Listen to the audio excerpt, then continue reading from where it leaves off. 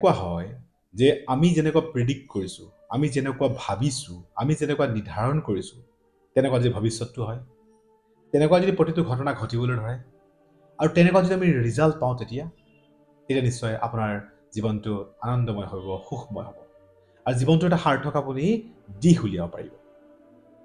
বহুত সময়ত ঘাত প্ৰতিঘাত আহে আৰু আমি ঘাত প্ৰতিঘাতৰ সন্মুখত কেনেকৈ নিজক আমি প্ৰতিষ্ঠা কৰিম, কেনেকৈ আমি নিজকে তাক এষ্টাব্লিছ কৰিম, কেনেকৈ আমি ফাইট কৰিম, তাকো যদি আপুনি নিৰ্ধাৰণ কৰি ৰাখে আৰু আগন্তুক সময়ৰ প্ৰত্যেকটো ঘাত প্ৰতিঘাতক আমি এটা অপৰচুনিটিলৈ যদি আমি কনভাৰ্ট কৰিব পাৰোঁ, এটা সুযোগলৈ যদি ৰূপান্তৰিত কৰিব পাৰোঁ, তেতিয়া আৰু এনেকুৱা যদি হয় যে আগন্তুক সময়খিনিৰ জৰিয়তে মই মোৰ এই জীৱনটোৰ লগতে আৰু 10টা জীৱনৰ যদি মই দিশ নিৰ্ণয় কৰিব পাৰোঁ বা মই সঠিক দিশত লৈ যাব পাৰোঁ, তেতিয়া বন্ধুসকল আহক আজি আমি আলোচনা কৰিম আকাশিক ৰেকৰ্ডৰ ওপৰত।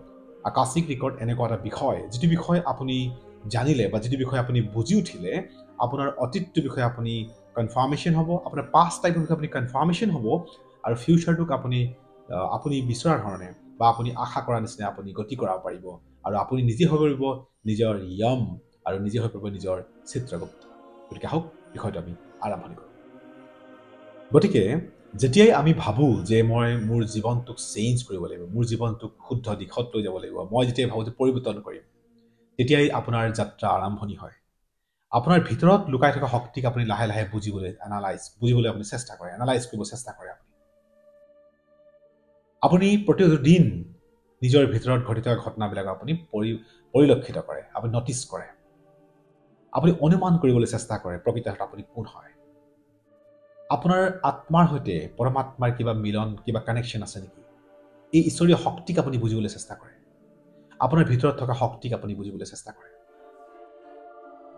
আপুনি ক্ৰমাৎ এই প্ৰক্ৰিয়াটো বুজিবলৈ চেষ্টা কৰোঁতে আপুনি মেডিটেশ্যন কৰে, ধ্যান কৰে, আপুনি কিছু সময় কাৰণে ষ্টপ হৈ যায়, আপোনাৰ উশাহ নিশাহক আপুনি মন কৰে, আপুনি শুদ্ধ অশুদ্ধ বিচাৰ কৰিবলৈ ধৰে, হাজাৰটা প্ৰশ্নই আপোনাৰ মুখামুখি হয়, আপুনি কেতিয়াবা সমাজৰ পৰা আঁতৰি আহে, আপুনি অকলশৰীয়া হৈ পৰে।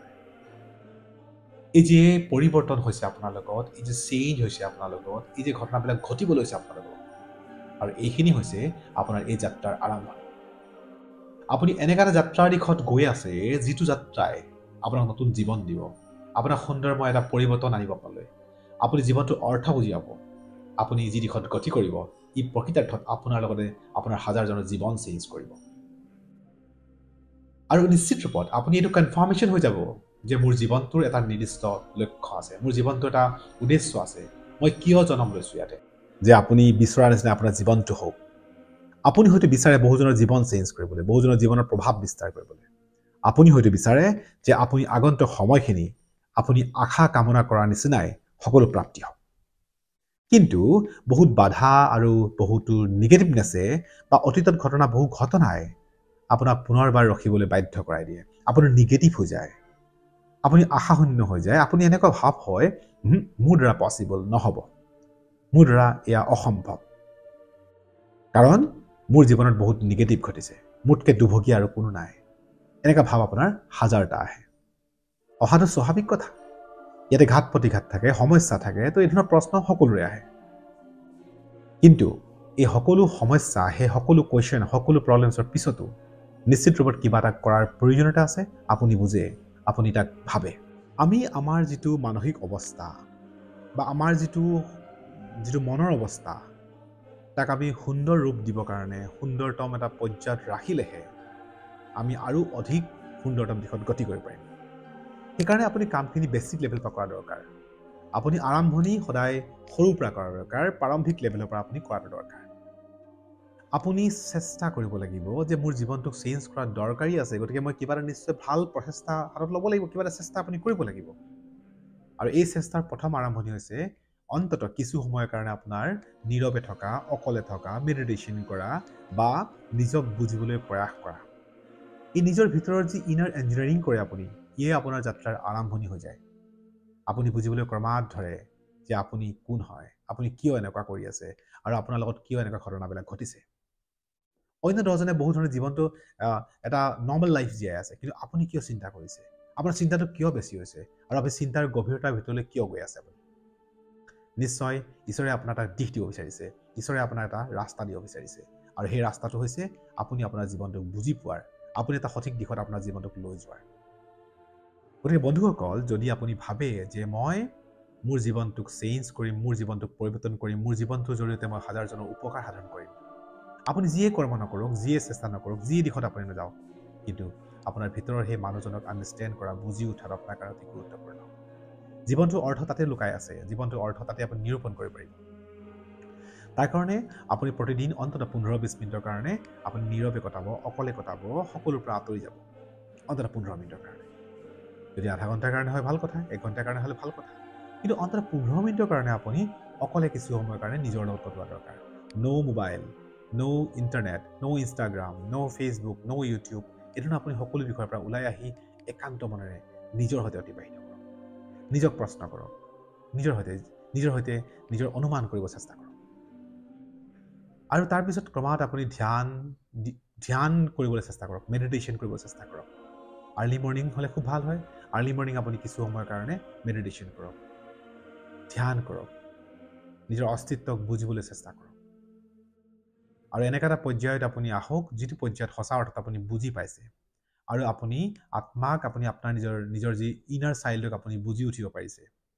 আৰু নিজৰ ইনাৰ চাইল্ডক যেতিয়া বুজি উঠিব পাৰিছে আপুনি নিজৰ ইনাৰ চাইল্ডক পৰামৰ্শ দিয়ক যে আপোনাৰ অতীতটো দিশত যাবৰ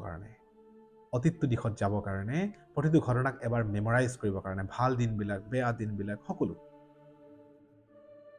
এবাৰ আপুনি ঘূৰি আহক, এবাৰ আপুনি ফুৰি আহক, প্ৰতিদিন আপোনাৰ অতীতৰ প্ৰতিটো ঘটনাক আপুনি এবাৰ টাচ কৰি আহক। আৰু এই অভ্যাসটো যেতিয়া বাঢ়ি যাব, এনেকুৱা এটা সময় পাবগৈ যে আপোনাৰ আৰু ঘটনাবিলাক মনত পৰি গৈ আছে আৰু এনেকুৱা এটা সময় আহিব যে আপুনি হয়তো অনুমান কৰিব পাৰিব যে আপুনি মাকৰ গৰ্ভত থাকোঁতে কি কৰি আছিলে। আপুনি অনুমান কৰিব আপোনাৰ আগৰ জন্মত আপুনি কি কৰি আছিলে।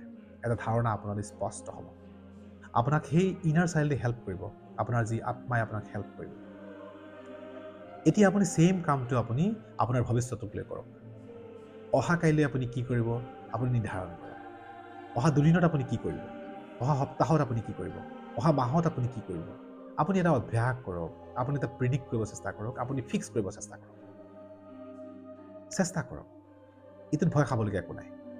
আপুনি চেষ্টা কৰাত আপোনাক কোনো বাধা দিব নোৱাৰে। আপুনি চেষ্টা কৰক আৰু আপুনি এই চেষ্টাটো ক্ৰমাৎ ষ্ট্ৰং কৰি আনক।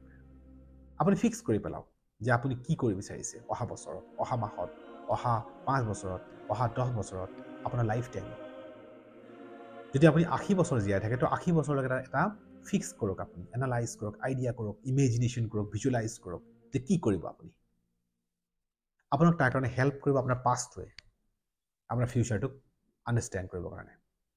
এতিয়া যদি এনেকুৱা হয় যে আপুনি যি ধৰণে প্ৰিডিক্ট কৰিছে, ক্ষমা কৰিব, এনেকুৱা হয় যে আপুনি যি ধৰণে অনুমান কৰিছে, আপুনি যি ধৰণে ভিজুৱেলাইজ কৰিছে, সেই ধৰণে ঘটনাবিলাক ঘটিছে, সেই ধৰণেই পৰিৱৰ্তন হৈছে, তেতিয়া আপোনাৰ এনেকুৱা লাগিব যে আপুনি আপোনাৰ চিত্ৰগুপ্ত। আপুনি যি ধৰণে প্ৰিডিক্ট কৰে, আপুনি যি ধৰণে লিখে, আপুনি যি ধৰণে নোট কৰিছে, সেই ধৰণে আপোনাৰ ঘটনাবিলাক ঘটিছে। তেতিয়া আপুনি বুজি উঠিব যে আপোনাৰ আত্মাৰ শক্তি কি, আপোনাৰ ভিতৰত লুকাই থকা ঈশ্বৰীয় শক্তি কি, আপুনি বুজি উঠিব। ক্ৰমাৎ আপুনি বুজি উঠি এটা পৰ্যায় পাবগৈ যে প্ৰকৃতত আপুনি আপোনাৰ জীৱনটোক মেৰিকল কৰিব পাৰে, চেঞ্জ কৰিব পাৰে, 10জনৰ জীৱন চেঞ্জ কৰিব পাৰে। অভ্যাস যিমান দীঘলীয়া হ'ব, অভ্যাস যিমান আগবাঢ়িব, যিমান আপুনি আগবাঢ়ি যাব, সিমানে আপুনি ইয়াক আৰু অধিক আপুনি ভালকৈ অনুভৱ কৰিব পাৰিব। আৰু এইটো হৈছে আকাশিক ৰেকৰ্ড, যি আপোনাৰ জীৱনটোক মেৰিকল কৰে, যি আপোনাৰ জীৱনটোক চেঞ্জ কৰে, আপুনি বিচৰাৰ নিচিনা, আপুনি কামনা কৰাৰ নিচিনা সকলো আপোনাক প্ৰদান কৰে। আপোনাৰ ওচৰত নিগেটিভনেছ নাইকিয়া হৈ যায়। আপোনাৰ ভিতৰত যিবিলাক নিগেটিভ, যিবিলাক ভয়, যিবিলাক শংকা, যিবিলাক দুখ, সকলো নাইকিয়া হৈ যায়। আপোনাৰ সুন্দৰতম জীৱনৰ দিশত গতি কৰাই লৈ যায়। কথাখিনি মই একেখিনি কথাই ক'বলৈ চেষ্টা কৰিছোঁ। ইয়াৰ অৰ্থ এটাই, আপুনি যদি অভ্যাস ৰাখক, আপুনি যদি বিষয়টোৰ ওপৰত আপোনাৰ মনোবৃত্তি আপোনাৰ বাঢ়ক, বিষয়টোৰ ওপৰত আপোনাৰ ইণ্টাৰেষ্ট বাঢ়ক, আৰু নিশ্চিতৰূপে আপুনি তাক অভ্যাস কৰক আৰু সুন্দৰভাৱে গৈ তোলক আপোনাৰ আগন্তুক সময়খিনি।